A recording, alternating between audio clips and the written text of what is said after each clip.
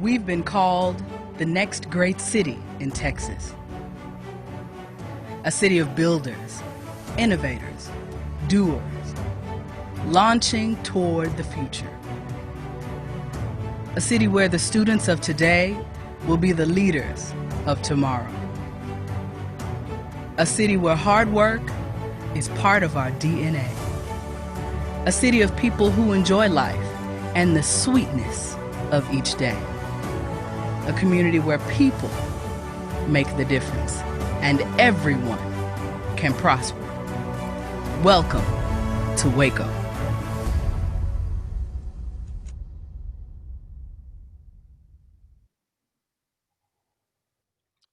Good afternoon. My name is Rick Tullis. I am the current chair of the Greater Waco Chamber of Commerce, and I get to kick the meeting off today. Welcome to the state of higher education, and we're doing it virtually this year. So many of you have been to our State of the State or State of series. It includes lots of different versions on that. And usually we love to do them together in a room, but obviously we're having to do it a little different this year. We are excited to be able to deliver it this way, though, because it allows us to do some things that we might not have done otherwise, and bring in folks. And so we're excited about today's presentation. First, though, to kick things off, I want to thank our sponsors. We could do this with our sponsors, and our presenting sponsor today is TSTC. So we're going to show you a short video on Texas State Technical College.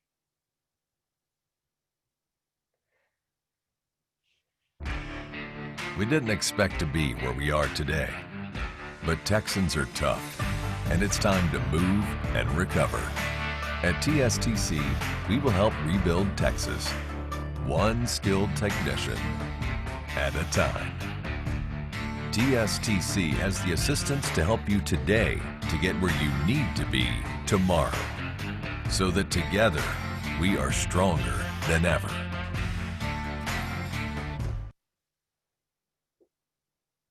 Yep, so a huge thanks to TSTC, not only for sponsoring, but for the huge impact they have in our local economy and really as well as the whole state. We also want to thank our gold sponsor, Baylor University. And then we also have silver sponsors in McLennan County Community College, and then TXU Energy. And then we have a bronze sponsor in Capstone Mechanical. And then, of course, we've got our media sponsor, KWTX, who is doing a great service with us today, broadcasting this event. I'm gonna kick things off by introducing our panel. We've got a very distinguished panel, and really I could spend the whole rest of our time just reading their bios and how much they've accomplished in their lives. So I'm gonna keep this short though, instead, because we really want to hear from them. You know, Waco is really a great center of education. We are very, very lucky and blessed to have 5 quality institutions represented in the Waco higher ed ecosystems.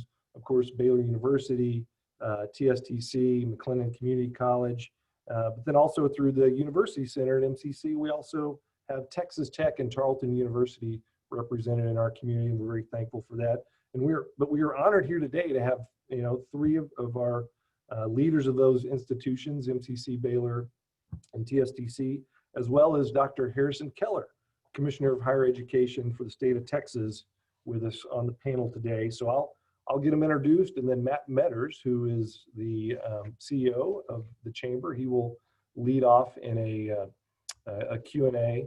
And if you happen to be joining us today via Zoom, please feel free to log into the Q&A section of your Zoom app, and you can submit questions, and hopefully we'll have time to get to some of those throughout the process.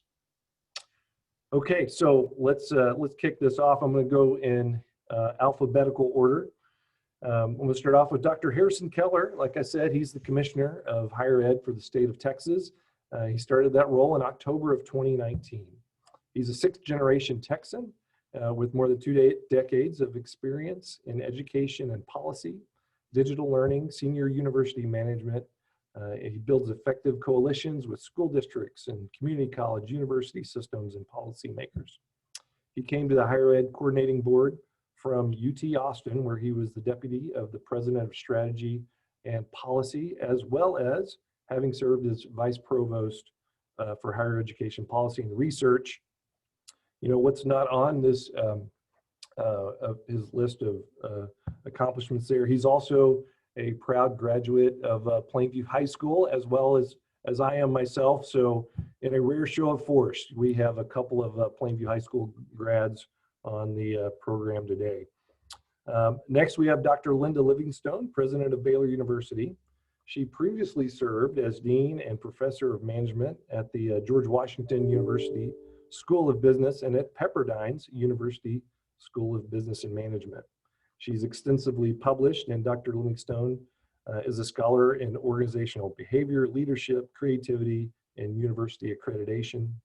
She serves on the governing board for the Capital Southwest Industrials, Baylor College of Medicine, American Council of Education, Independent Colleges and Universities of Texas, and the Big 12 Conference, and probably a dozen other things that aren't listed on here. So thank you, Dr. Livingstone, for being here.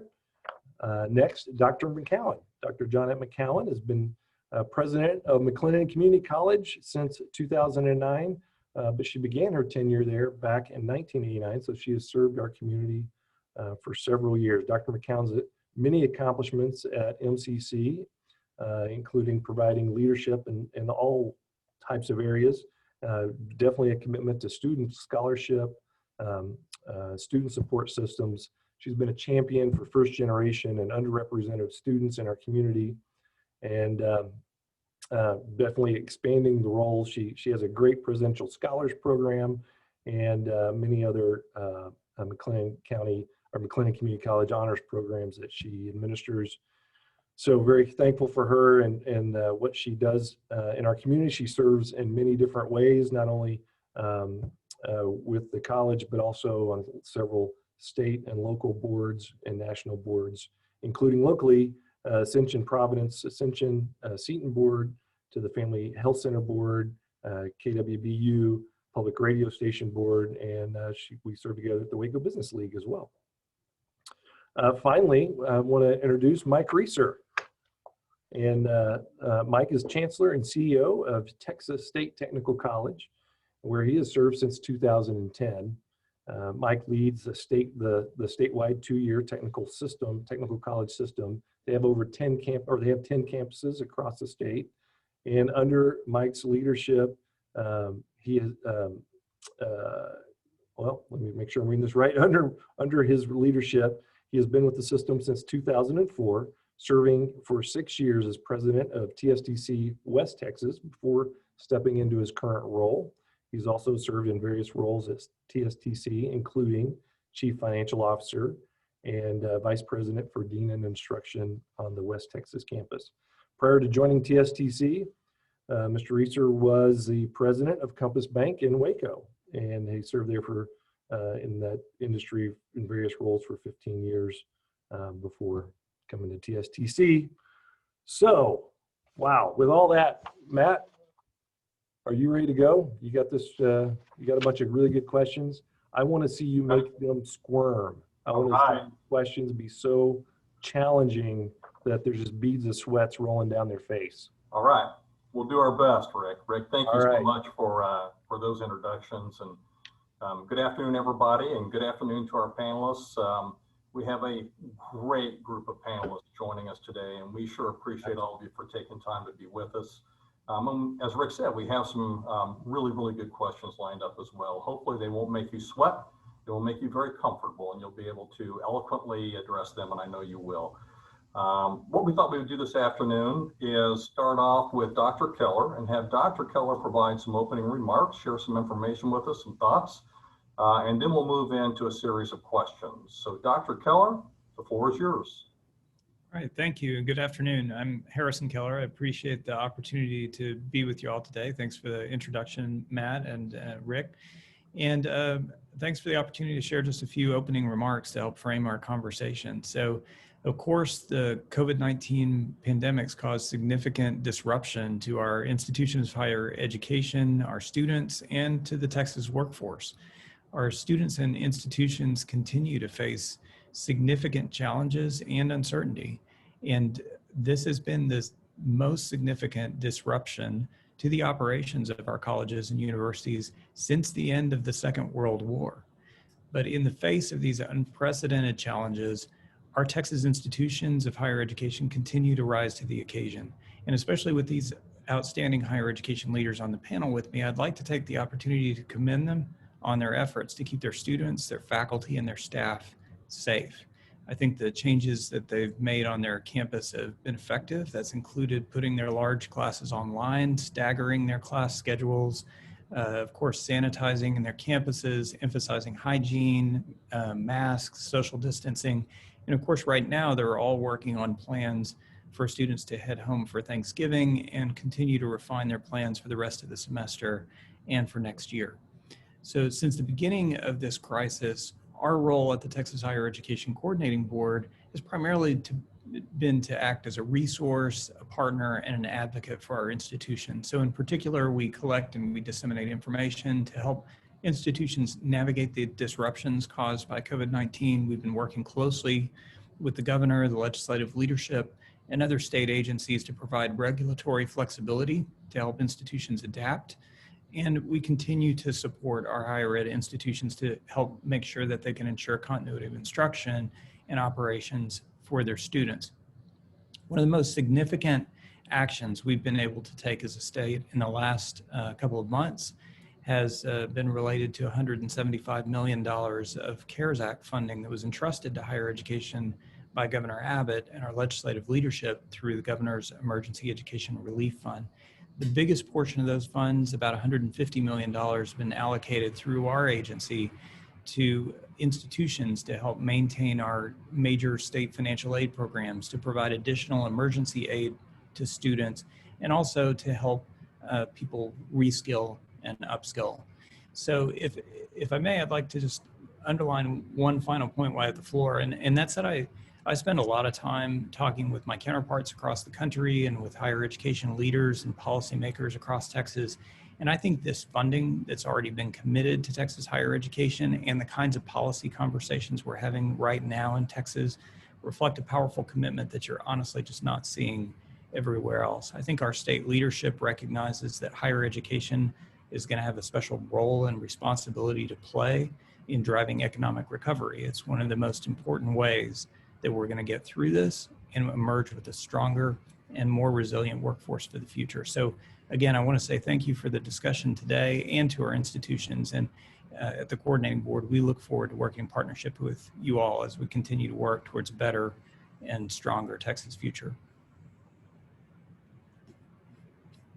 Dr. Keller, thank you so much for those opening remarks, and those remarks really align well with series of questions that we're about to engage in. So thank you. And thank you for all of the work that you're doing on behalf of all of the education institutions in the state. We greatly appreciate it. So for our local education leaders, let's start off with a few questions. This question is, how have your institutions and your students been impacted by the pandemic? And how has your college or university handled those impacts and the challenges of the pandemic? What were the challenges? What opportunities have presented themselves, and what have the lessons that you folks have learned as we've all made our way together through this pandemic? And Dr. Livingstone, let's start with you if we could. We'll go to Dr. McCowan, and then Mike, Chancellor Reeser will come to you. Dr. Livingstone. Thank you, Matt. And Commissioner Keller, it's wonderful to have you with us, and we appreciate all that you're doing to help support the work that we're doing here in our community. So, well, it's a big question because we've all been so involved in this for really even over 8 months. But I would say some of the biggest impacts, obviously the way in which we teach has changed dramatically. And we only had 8% of our faculty at Baylor that had ever taught fully online before last March. And within 2 weeks, 100% of them had done that. And honestly, they stepped up, and it was amazing the transition that was made. And then over the summer, we spent a tremendous amount of time with training and education of our faculty to prepare them even better for this fall. So that's been a heavy lift, but it's an opportunity for us. We now have a much more skilled set of folks, faculty and staff, on technology and different ways to use that as we go forward. Obviously, safety protocols, and Commissioner Keller mentioned several of those have been critical. We've had really strict protocols in place on our campus with physical distancing and masking and hand washing. And we've even had a company that's come on campus and helped us sort of encourage our students to follow our guidelines. And again, I can't say enough about the way our students have collaborated with us and cooperated with what we've asked them to do. And I think it's part of the reason we've had so much success at keeping our numbers down on campus and being able to allow our students to be on campus all the way through the end of the semester. And we have 19,000 total students, 14,000 undergrads, and only 1,500 of our undergrads are in fully online classes this semester. So we, for the most part, have all of our students back on campus in our residence halls. So to have the success we've had in that kind of an environment, I just can't say enough about the work that our community has done. And then testing, tracing, contact tracing, isolation and quarantine, critical to our success. We have done tons of tests. We've done almost over 55,000 tests on our campus, separate from the surge testing that was done. We did another 10,000 of the surge testing. And then we've got several hundred faculty, staff, and others trained to do contact tracing. So we can contact trace within hours of a positive test and isolate and quarantine quickly. So that's been a heavy lift for us, tremendous amount of work, but has been critical to our success. And then a couple other things I would say, and then just a few learnings. Mental health and wellness of our students and faculty and staff has been a critical issue. It's always an issue on college campuses, but even more so this fall, particularly because students don't have the opportunity to engage socially the way they do. And when they're on a residential campus, that's a huge part of it. So having to add those health resources and support has been extremely important for us. And then I think the other challenge is just the financial impact all of this is having on us. I know we're going to talk about enrollment a little bit, but we've been fortunate with enrollment, but the expenses associated with addressing COVID have been far higher than we would have anticipated that they would be. And frankly, because we've had strong enrollment, it's sort of balanced out for us. That has not been the case for many institutions. So that the ongoing financial burden for institutions, but then on the families and on our students that have been impacted dramatically is certainly something we continue to be concerned about and continue to look for ways we can manage that. So those are some of the challenges. What I would say, there was 3 things I would say quickly about learnings. One, involving experts in what we're doing has been critical. We have a wonderful health management team with health professionals, epidemiologists, public health folks. Been essential in us being able to accomplish what we want to. And then using data. I mean, this is all about science and using the data to help you make decisions. And we're collecting all kinds of data, and it's been critical to us.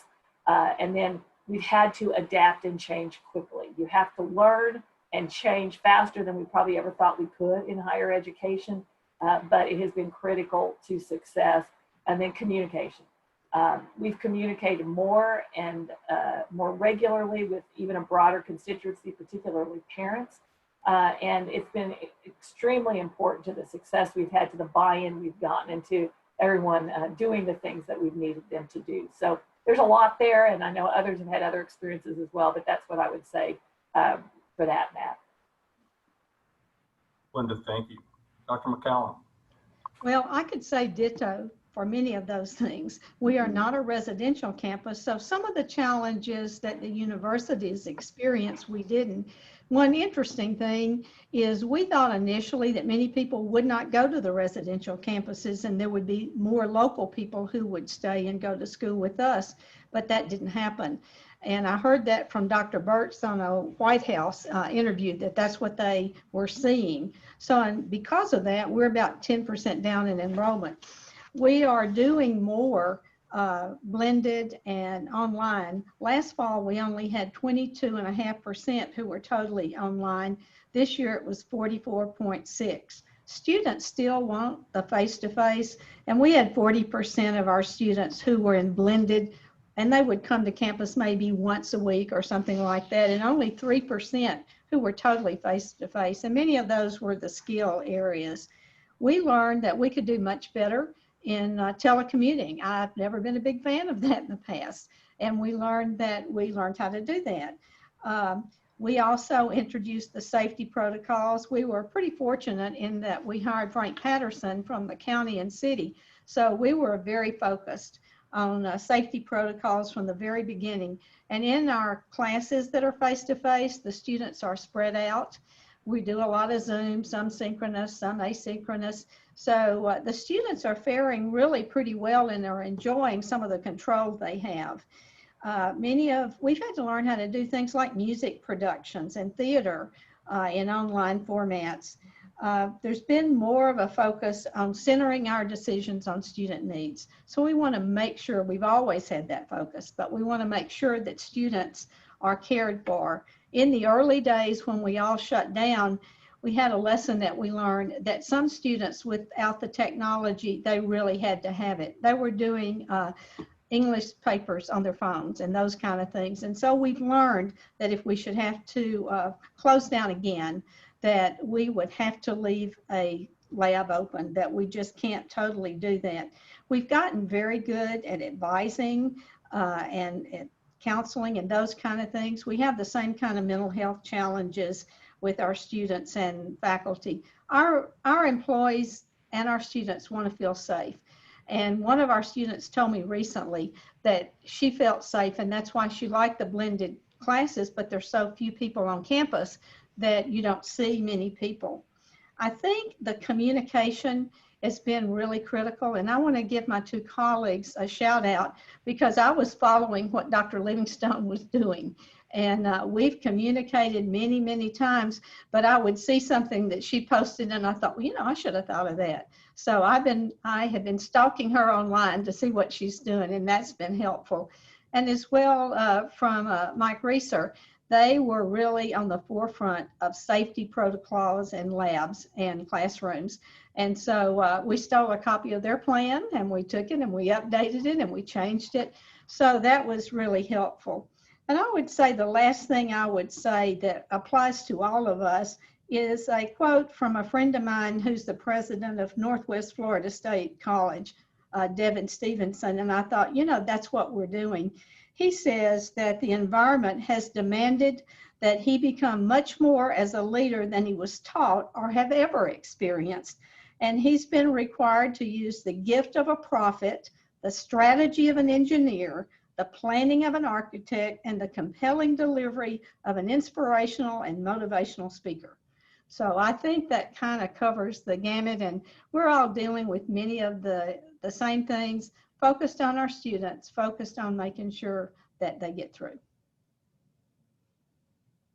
All right, thank you so much. Chancellor Reeser. Thank you very much, Matt. First, let me open by saying Johnette has never stolen anything from us in her whole life. What's ours is hers and vice versa, and we've always been collegial that way. And so let me offer that up. You know, instead of, I could say ditto to most of the things that you've heard discussed by my two colleagues are things that we've done at TSTC too, because like Baylor, we're a residential campus in Waco. And like Johnette, we do 2-year credentials and other short-term training here at TSTC. But as a workforce college, the special challenge we had is this. 60% of the interaction that occurs between faculty and students at TSTC is in a laboratory that typically involves big, lumpy objects. Whether it's welding or flying an airplane or,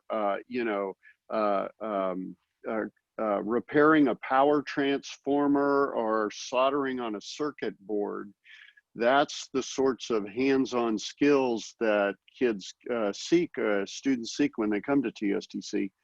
And we couldn't stop doing that during the pandemic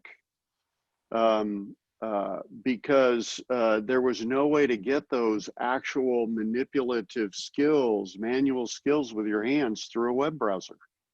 You simply can't learn to weld through a web browser. So we were back to work early at TSTC. In fact, the first week of May, we started back in face-to-face offerings at TSTC in Waco. And we did so using all the safety protocols that my colleagues have talked about. And so far, we finished our spring semester with all the students that wanted to finish and did a summer and then started fall. and have been operating in that mode ever since and successfully doing so. Our contact tracing indicates that the safety protocols work. We've had numerous positive cases that appeared within our family, but none of them could be attributed to infections that occurred on campus. So we're able to fulfill our mission, but do so safely.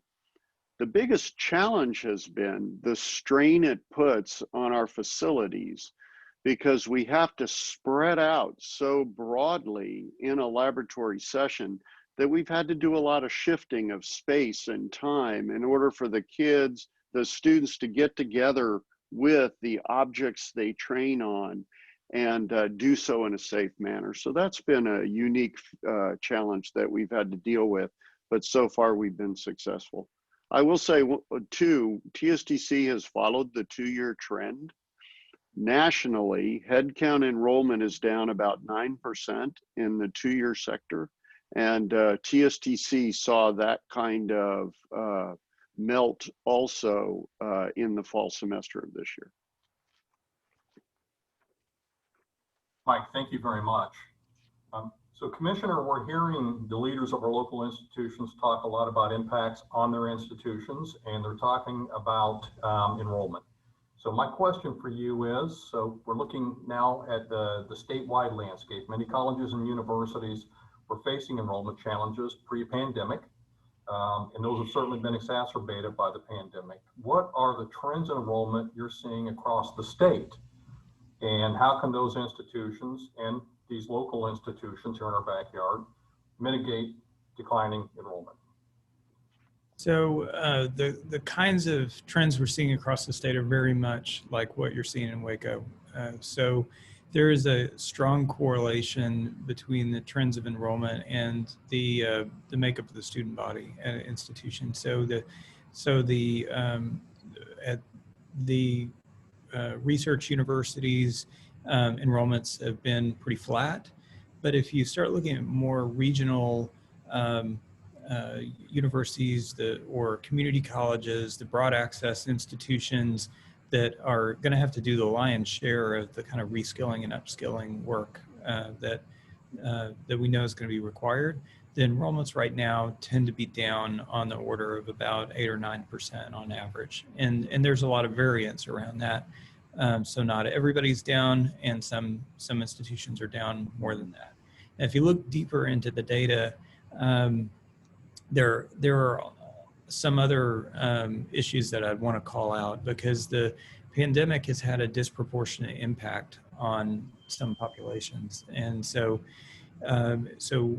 it has amplified challenges that were already in place, but has also had a disproportionate impact on the enrollments of low-income students, Black students, Hispanic students, and also students from rural communities. And so that's something that has long-term implications for the state. So some of the populations that we know weren't participating at the same rates already or completing at the same rates already in higher education institutions, now those challenges have been magnified. The other thing that I would mention, just to pick up on Mike's point, is that with adult learners, we've seen where on one hand, we do have large numbers of Texans who filed for unemployment. More than 3.8 million Texans since March have filed for unemployment. And we know a lot of those jobs are either not coming back or not coming back quickly. So we have large numbers of Texans who are going to need to reskill and upskill to get back on their feet, get back into the workforce. But there are a whole lot of challenges that those adult learners are having to navigate. That can include childcare. It can include transportation. It can include just being aware of the kinds of programs and opportunities that are available. So as we think about what kind of strategies are going to be especially important going forward, number one is going to be around helping students address financial challenges and be aware of resources and scholarships that are available to help make sure that they can stay on track to earn that credential and to get into the workforce. That would be number one. But also awareness of the kinds of programs, the kinds of opportunities that are available, how it connects to good jobs and good job opportunities in their communities and for the state is going to be important. And then the third thing is going to be around flexibility. So what we've heard from students and institutions across the board is that that students, especially adult learners, are going to need flexibility in their schedules and in the ways that education can be offered to them. That can be different kinds of more flexible ways that we use our calendars or we use our weekly schedules, and it can also entail leaning into the important work that's already been happening around digital learning.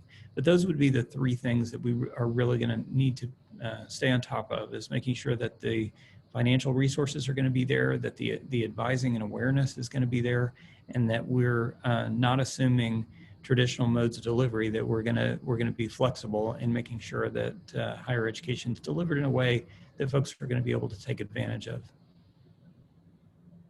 Commissioner, I'm assuming that what you just outlined is probably detailed to some extent in a brand new report. We were just talking about the report just a few minutes ago prior to going live with this gathering.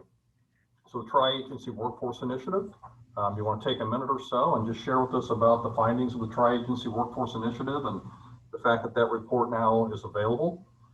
Yeah, I appreciate that. So the governor had just issued a new set of charges pre-COVID in February to the Tri-Agency Workforce Initiative, which is led by the chief executives of our agency and the Texas Education Agency and the Texas Workforce Commission.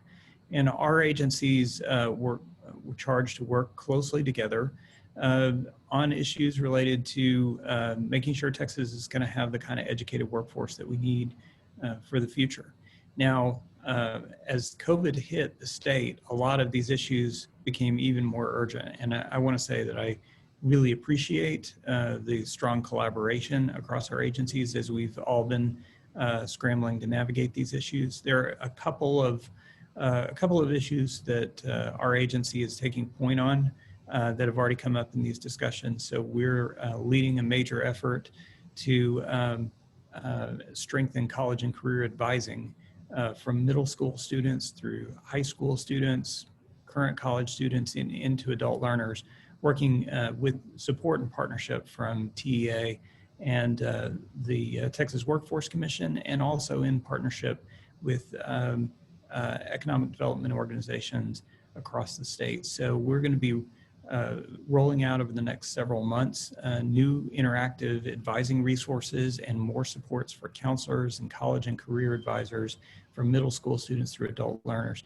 The other area where we're leading some work that I'm excited about is around strengthening our educational and workforce data infrastructure.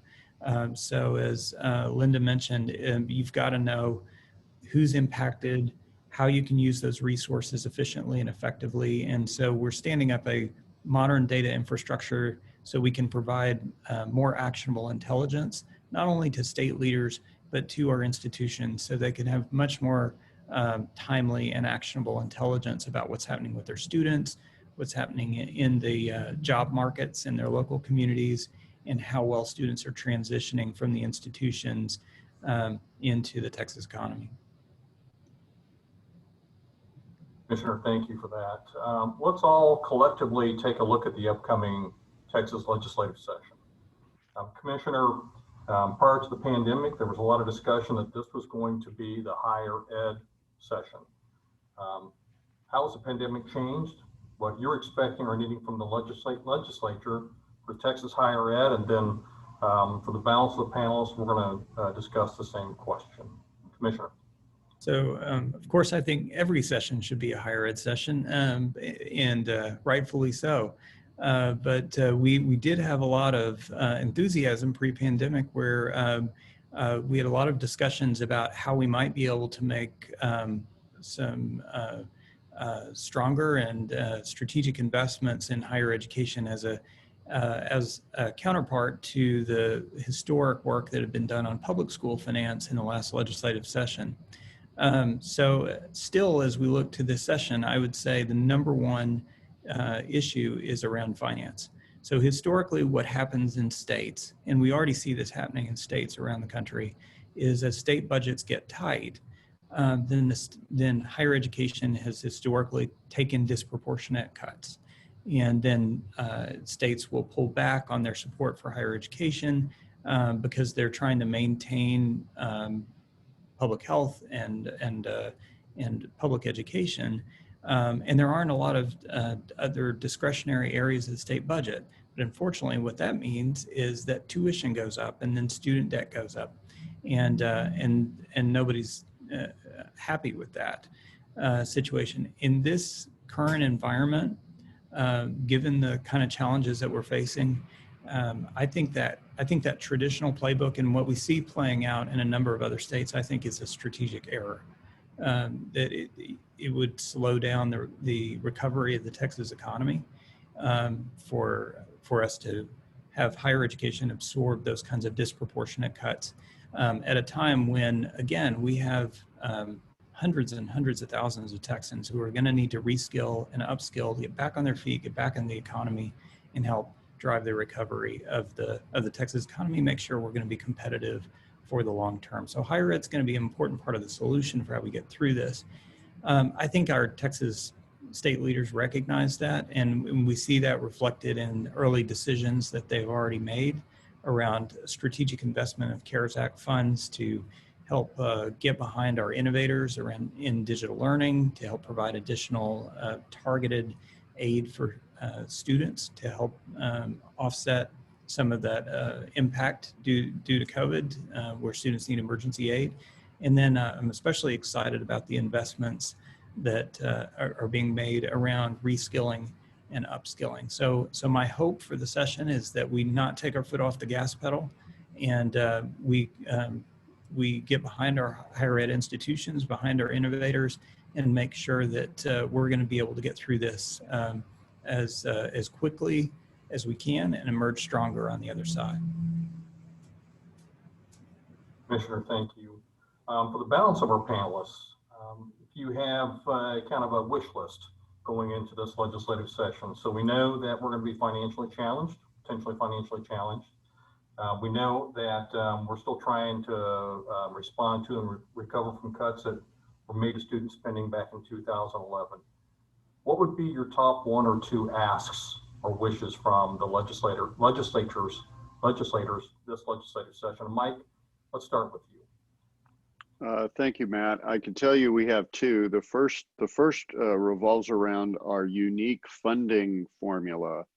As many of you know, TSTC is not paid on a census or a head count or a class count basis. TSTC's public funding comes from the legislature based on the employment outcomes of our students. When a student leaves TSTC and goes to work, the amount of earnings that they realize in the first 5 years of their employment is the basis that's used to calculate our funding. So our first ask is, given that we're paid essentially a commission for proven results in the workplace, we hope you'll maintain the commission that we have earned and the benefit realized by thousands of students in the Texas economy. The second, and we know that's a challenge, but we ask for consideration in that. The second is this: TSTC is out of room. When you train in technical fields, you need really big lab spaces. And the demand for technical has continued to grow throughout the times, and especially right now when we play a critical role in the recovery of the economy. And we're constrained in a lot of our locations by the fact that we're already at capacity. So we're seeking new capital financing so that we can build some new teaching and laboratory spaces so that we can continue to respond to the growing demand. John. Okay, the community colleges have one ask together, the 50 community colleges. And we were hoping initially to ask for more support for our performance-based success points, but we were told that's not reasonable in this environment.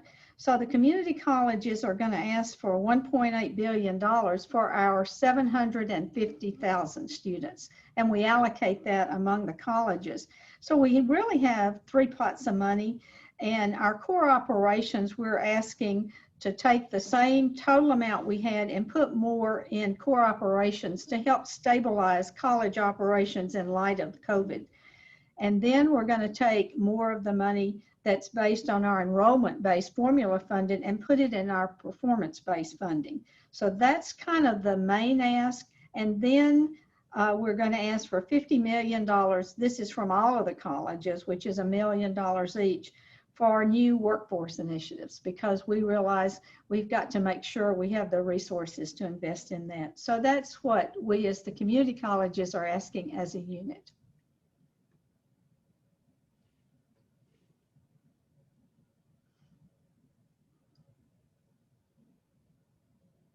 So in terms of Baylor, I think what I would say, obviously, as a private institution, our funding model is quite different from what you see at TSTC and at NCC. And so for the private institutions in Texas, the Texas Equalization Grant is obviously key to the ability of diverse and really some of the most underserved students in the state to have the choice of attending a private institution. So it is always the highest priority for the private institutions in the state of Texas when it comes to state funding. And we were pleased to see an increase, and they of course were cut in 2011. We saw an increase in the last legislative session. We appreciate, Commissioner Keller, the work that you did to kind of backfill for us and for the state institution some of the funds that were lost as the state had to do some cutbacks. So obviously going into the next legislative session, maintaining that funding, we certainly, of course, would love to see increased funding, but at least maintaining that funding would be really critical. And obviously it goes to the students that have the highest need. It increases their choice of institutions to attend. And in fact, it costs the state less per student to give a student an equalization grant than to fund them to go to a state institution, a four-year institution. So that's critical to us and important to really some of the highest need students in the state. And then, of course, we want to work with the state. If there is additional federal funding that comes, if there's another appropriations bill that's COVID related, to work with the state as some of that funding might be sent to the state as opposed directly to the institutions on the distribution of that and how it's best used to support students across the state.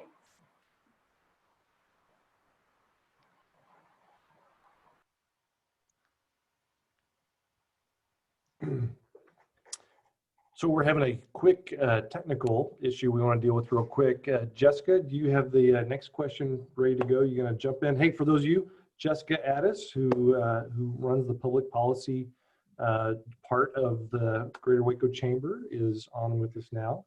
Yeah, absolutely. Sorry, excuse me, I was pulling those up and getting ready to pinch hit, assuming that Matt was having technical issues, which is indeed the case. So I'll just hop in. So one of the things that you all have touched on is just the importance and the work that you all are doing in upskilling and reskilling. And Dr. Keller, you've mentioned that as just how critically important that will be as we look towards economic recovery and getting all of those workers, ready to fill the jobs that we have. So,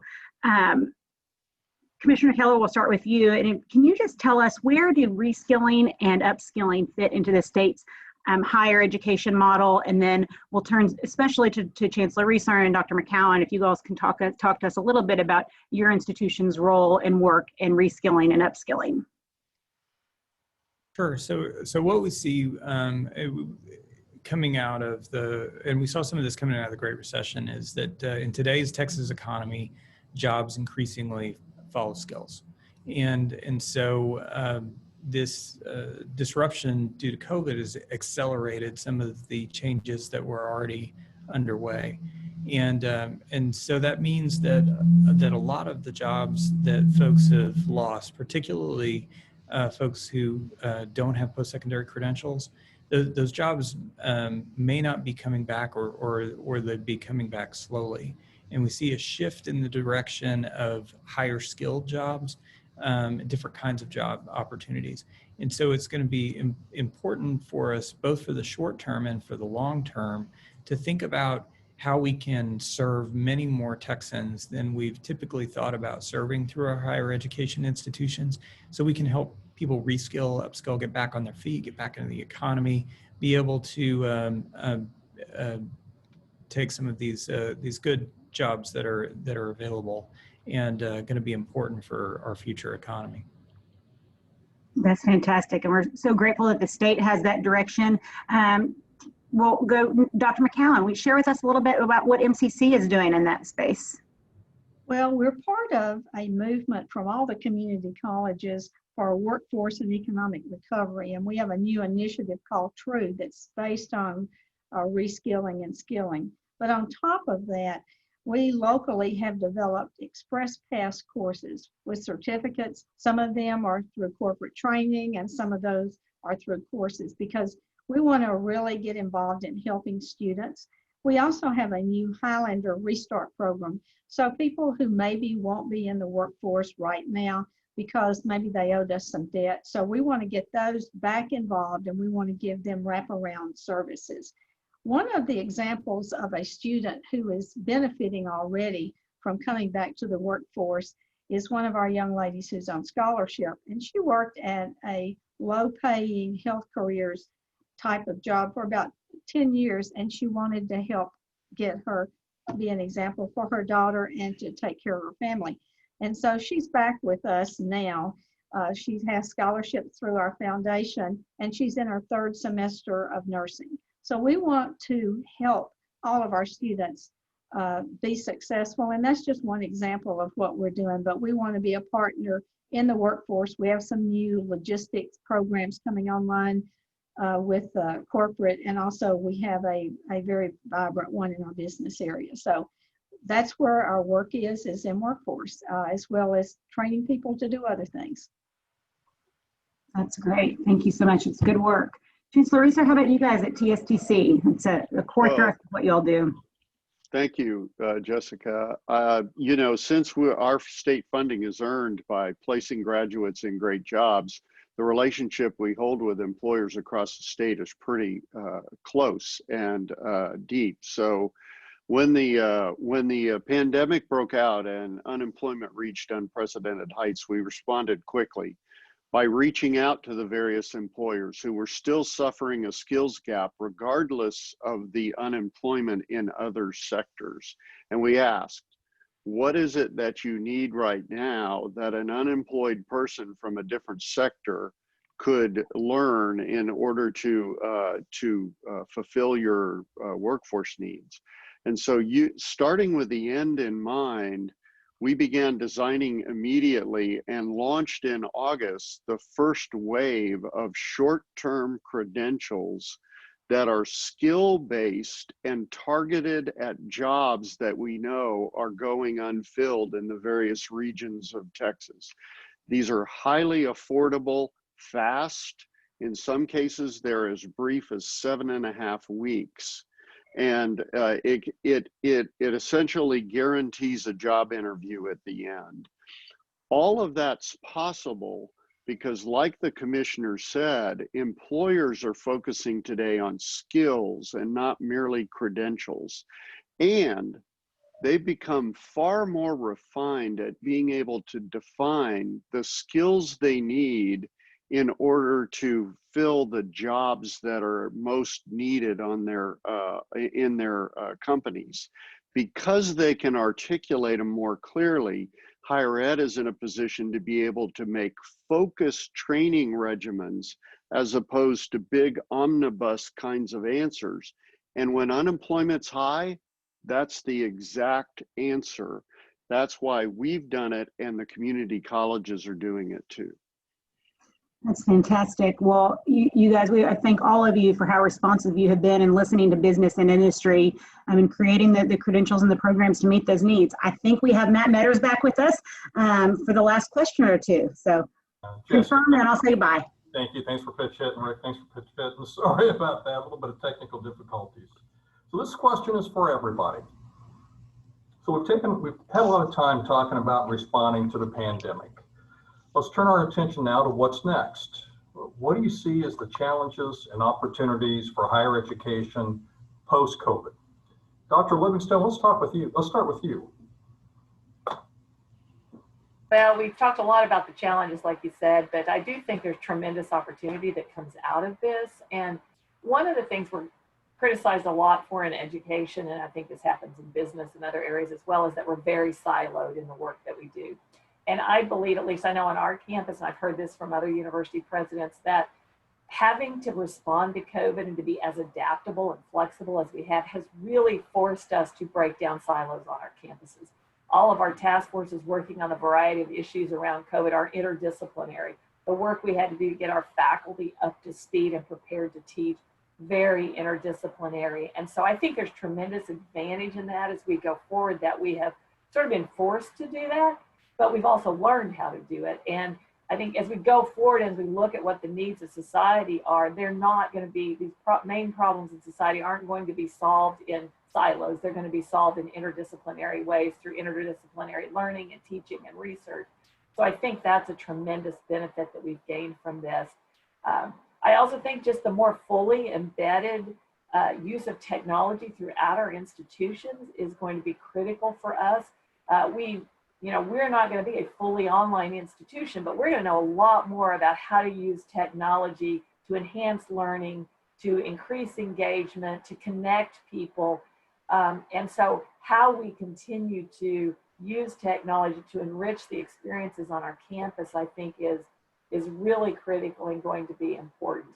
I think access, affordability, issues of kind of race and justice on our campuses, it's a challenge, but it's also an opportunity. And we've seen the impact of COVID differentially impacting some of those populations more than others. So I do think we have an opportunity to learn from this, to step up and say, how are we going to better serve the most underserved and most needy populations on our campuses in ways that give them full experiences and opportunities as we go forward. So I think there's lots you learn as you go through difficult times, and that's certainly the case now. And I think we're getting to the point where we can begin to look to the future and look at what we take from this, that we will continue to embed in what we do and make us better after we've sort of gotten through the crisis management of it that we went through in the spring and summer.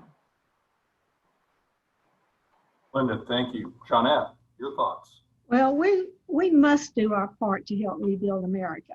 We know that we're the point of access, and we need to help people work toward a living wage. So we have a lot of work to do there. We have become a lot more agile in technology. We continue to focus on how can we help students be successful. We're going to be offering our courses a lot of different ways now, more so than we have before. And we want to make sure that no one is left behind. So we are working very diligently, planning for the future. We have a new strategic enrollment management initiative, which is exciting for our employees, because we can't just be managing day to day. We've got to be looking toward the future and how we can make even more of a difference in our community. Johnette, thank you. Mike. Thanks, Matt. I can say I would echo what my colleagues have said, and so that gives me the liberty of going a bit philosophical on you with regards to this question, if I could. Here's the way I see this is COVID has changed higher ed forever. And the reason is not merely these new technological skills and the fact that we have taught ourselves to be nimbler and to integrate technology, but because it's created an entire generation of people who have suffered a forced march into an area that they had never been before. From kindergartners all the way to grad school students, we now have an entire generation who suffered a universal calamity. And as we know from things like the assassination of JFK or the civil rights movement or the 9/11 events, that universal calamities have a profound impact on a generation forevermore. So we're in a situation where, in order to respond to this newly cast generation and the expectations that they have from education, we'll have to continue to build on that nimbleness and that integrated technology that we had just a year ago never imagined we would have to do. Mike, thank you so much. Commissioner, just as we started with you today, we'll end with you. Your thoughts, please. So of course we're facing historic challenges. The unemployment across our state, more than 3.8 million Texans have filed for unemployment just since March.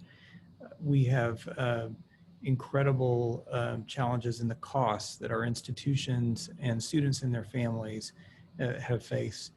And this has had a disparate impact on some of our most vulnerable populations.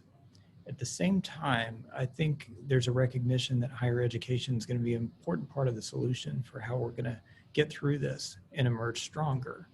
And to pick up on some of the earlier comments, I think we're at the front edge of a time that historic change in higher education and transformation that we'll look back on as this being one of the most important watershed moments in higher education in the last century, in how we use technology and how we use our physical spaces, and most importantly, in how we think about who's served by higher education, who it's for, and who benefits.